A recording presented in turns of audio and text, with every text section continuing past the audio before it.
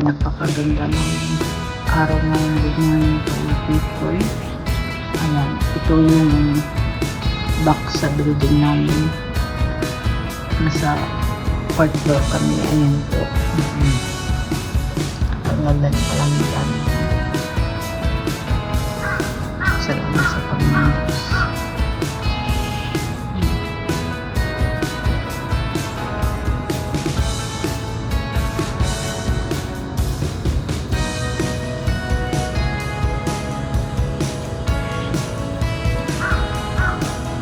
Taman mo yung sa dito rin.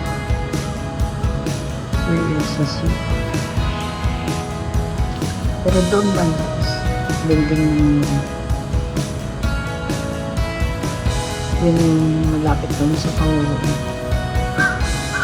station. Malapit lang namin. Buti nga yung forest pa dito. Good morning to all of you.